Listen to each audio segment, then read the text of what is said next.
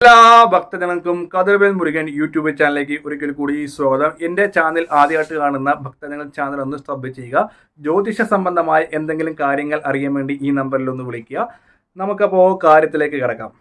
നമുക്ക് എല്ലാവർക്കും ബാധിച്ചിരിക്കുന്ന ഒരു പ്രശ്നമാണ് ഈ ശത്രുദോഷം. ഈ ശത്രുദോഷം എന്ന് പറയുമ്പോഴത്തേക്ക് പല രീതിയിൽ പല ആൾക്കാർക്ക് പല പ്രശ്നങ്ങളാണ് ഈ ശത്രുദോഷം കൊണ്ട് വരാറ്. അപ്പോൾ ഏത് ക്ഷേത്രത്തിൽ പോയാലാണ് ശത്രുദോഷത്തിന് കൃത്യമായുള്ള രീതിയിൽ പരിഹാര കാര്യങ്ങൾ കിട്ടുന്നത് നമുക്കൊന്ന് നോക്കാം. നമുക്ക് ആദ്യം തന്നെ ശത്രുദോഷം മാറ്റിയെടുക്കേണ്ടതാണ്. ശത്രുദോഷം മാറ്റിയില്ലെങ്കിൽ നമുക്ക് ജോലിയിൽ തടസ്സമുണ്ടാകും, സമ്പത്ത്പരമായ തടസ്സങ്ങളുണ്ടാകും, അതേപോലെ തന്നെ നമ്മുടെ കാര്യങ്ങളൊക്കെ മിക്കതും തടസ്സപ്പെട്ടു പോകും. അപ്പോൾ ഏറ്റവും ഉത്തമം നമുക്ക് ശിവക്ഷേത്രത്തിൽ പോയി മഹാദേവൻ്റെ അനുഗ്രഹം കൊണ്ട് നമുക്ക് ശത്രുദോഷം മാറ്റിയെടുക്കാം.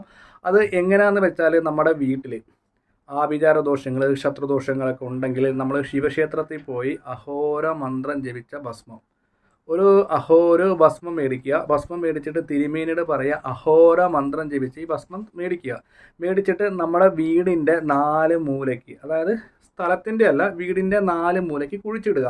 കുറച്ച് ഭസ്മം എടുത്ത് പച്ചവെള്ളം, ശുദ്ധമായ പച്ചവെള്ളത്തിൽ കലക്കി നമ്മുടെ പെരക്കകത്തും നമ്മുടെ മുറിയിലുകളിൽ എല്ലാ മുറിയിലും ഒക്കെ തളിച്ചതിന് ശേഷം ആ ഒരു ഭസ്മം നമുക്ക് രാവിലെ തൊടാൻ പറ്റും. അപ്പോൾ ഈ ഭസ്മം 4 മൂലയിലും ഇടുമ്പോഴും നമ്മൾ എന്ത് ചെയ്യുക, നമ്മൾ വീട്ടിൽ തളിക്കുമ്പോൾ നമ്മുടെ വീട്ടിൽ ബാധിച്ചിരിക്കുന്ന ആഭിചാര ദോഷങ്ങൾ, ശത്രുദോഷങ്ങൾ, തടസ്സങ്ങൾ, നെഗറ്റീവ് എനർജികൾ മാറി പോസിറ്റീവ് എനർജി വന്ന് മഹാദേവൻ്റെ അനുഗ്രഹം കൂടെ ഉണ്ടാകുന്നതാണ്. പിന്നെ നമ്മളെ ബാധിച്ചിരിക്കുന്ന ശത്രുദോഷങ്ങൾ മാറാൻ വേണ്ടി ശിവക്ഷേത്രത്തിൽ പോയി ചെയ്യേണ്ട അഹോര മന്ത്ര അർച്ചന എല്ലാ ദിവസവും ചെയ്യുക. ഇല്ലെങ്കിൽ എല്ലാ ദിവസവും ചെയ്യാൻ പറ്റില്ലെങ്കിൽ ആഴ്ച ഒരു തവണ ശനിയാഴ്ച ദിവസം ചെയ്യുക. അഹോര മന്ത്രം നമ്മൾ ചെയ്യേണ്ട ഒന്നെങ്കിൽ നമ്മൾ എരിക്കിൻ്റെ പൂ കിട്ടുകയാണെങ്കിൽ വളരെ അധികം ഉത്തമമാണ്. എരിക്കും പൂ കൊണ്ട് നമുക്ക് ശത്രുദോഷങ്ങൾ നമുക്ക് മാറ്റിയെടുക്കാൻ പറ്റും.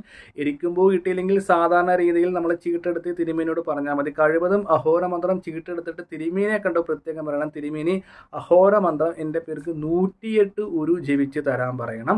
അത് എനിക്ക് തോന്നുന്നു ഏകദേശം സമയമെടുക്കും. തിരക്കുള്ള ദിവസങ്ങളിൽ പോകാതിരിക്കുക. തിരക്ക് കുറഞ്ഞ ദിവസം ഏകദേശം തിങ്കളാഴ്ചയും ശനിയാഴ്ചയും ഞായറാഴ്ചയൊക്കെ മിക്ക ക്ഷേത്രങ്ങളും തിരക്കാണ്. ഇപ്പോൾ ശിവക്ഷേത്രമാണ് ശനിയാഴ്ച തിരക്കുണ്ടാകും, തിങ്കളാഴ്ച ഉണ്ടാകും, പിന്നെ ഞായറാഴ്ച എല്ലാ ക്ഷേത്രങ്ങളും തിരക്കാണ്. അപ്പം തിരുമേനിയെ കണ്ട് തിരുമേനിയുടെ സൗകര്യം കൂടെ ചോദിച്ചിട്ട് ഏത് ദിവസമാണ് എനിക്ക് അത് ചെയ്തു തരാൻ പറ്റുന്നത്, അത് കൃത്യമായി 108 തവണ അഹോര മന്ത്രം ജപിച്ച് തരാൻ പറയുക.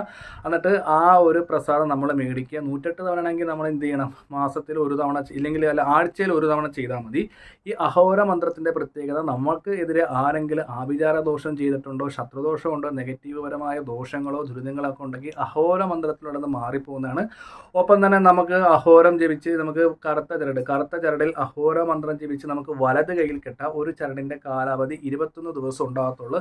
നമ്മൾ ലക്ഷങ്ങളും ഇല്ലെങ്കിൽ 10,000, 30,000, 50,000 രൂപയൊക്കെ പൂജകൾ ചെയ്ത് ശത്രുദോഷം മാറ്റുന്നതിനെക്കാട്ടും എന്തുകൊണ്ടും നമുക്ക് വിശ്വാസപൂർവ്വം മഹാദേവൻ്റെ അടുത്ത് പോയി ഈ ചെറിയ കാര്യങ്ങൾ വലിയ കാര്യമാക്കി ഭക്തിപൂർവ്വം ചെയ്യുവാണെങ്കിൽ ശത്രുദോഷങ്ങളൊന്നും ബാധിക്കില്ല. അപ്പോൾ വീഡിയോ ഇഷ്ടപ്പെട്ടെങ്കിൽ വീഡിയോ ഇഷ്ടപ്പെട്ടെങ്കിൽ നിങ്ങളുടെ കൂട്ടുകാർക്ക് ഒന്ന് ഷെയർ ചെയ്യുക. ജ്യോതിഷ സംബന്ധമായ കാര്യങ്ങൾ അറിയാൻ വേണ്ടി ഈ നമ്പറിലേക്ക് ഒന്ന് വിളിക്കുക. കൂടുതൽ ശത്രുദോഷങ്ങളും പ്രശ്നങ്ങളും ദുരിതങ്ങളും അനുഭവിക്കുന്ന ഈ നമ്പറിൽ വിളിക്കുക. നിങ്ങളുടെ പ്രശ്നങ്ങൾ കബടി വെച്ച് നോക്കി അതിനുള്ള കാര്യങ്ങൾ നിർദ്ദേശിച്ച് തരുന്നതാണ്.